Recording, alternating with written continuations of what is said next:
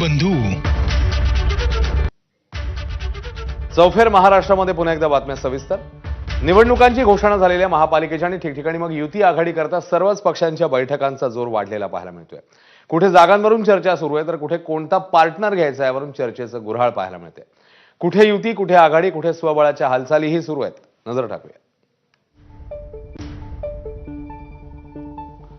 मुंबईमध्ये नेमकं काय होणार तर भाजप आणि शिंदेंचं 150 जागी ठरलेलं आहे। इकडे ठाकरे बंधूंची युती ही निश्चित मानली जाते। महायुती आणि मविया असं हे इक्वेशन आहे, असं हे समीकरण आहे। तर मुंबईत नवाब मलिकांमुळे राष्ट्रवादीला शिंदे भाजपने ठेंगा दाखवलाय। नवाब मलिक यांच्याकडे सूत्र असल्यानं शिंदे आणि भाजपने ठाम विरोध केला। तर शरद पवार ठाकरेंसोबत की काँग्रेससोबत हा प्रश्न मात्र अजूनही अनुत्तरित आहे। तर काँग्रेसने मुंबईमध्ये स्वबळाची तयारी केली आहे, त्यामुळे मविया ही आता तुटल्याच जमाय असं मानलं जाते। ठाण्यामध्ये भाजप शिवसेना एकत्र आहे, राष्ट्रवादी स्वबळावर लढणार आहे। तर इकडे मवियामध्ये ठाकरे बंधू एकत्र लढतील हे निश्चित।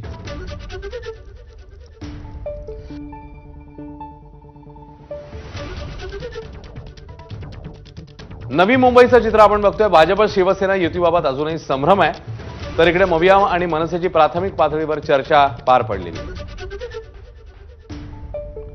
शिवसेनेसोबत युती नको अशी भाजपचे गणेश नाईक यांनी मागणी केलेली आहे। तर मविया आणि मनसेची इकडे प्राथमिक पातळीवर चर्चा ही पाहायला मिळते। पुण्यामध्ये दोन्ही राष्ट्रवादी एकत्र येणार का अजूनही निश्चित झालेलं नाही। तर इकडे शरद पवारांची राष्ट्रवादी आणि काँग्रेसकडनं मुलाखती देखील सुरू झाली आहे। पुण्यामध्ये 125 जागा निवडून आणू असा भाजपने दावा केलाय। तर इकडे दोन्ही राष्ट्रवादींची युती झाल्यास ठाकरेंची शिवसेना पुण्यामध्ये वेगळं लढणार हे आता निश्चित आहे। शिवसेना 35 ते 40 जागांसाठी प्रस्ताव देईल अशी माहिती पुण्यामध्ये मिळतेय।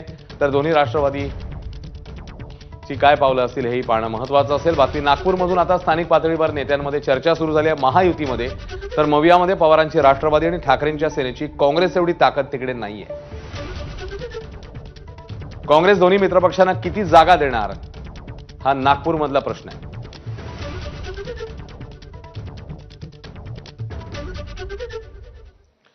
एकीकडे या सगळ्या समीकरणांची चर्चा असतानाच ठाण्यामध्ये भाजप आणि शिवसेना वाद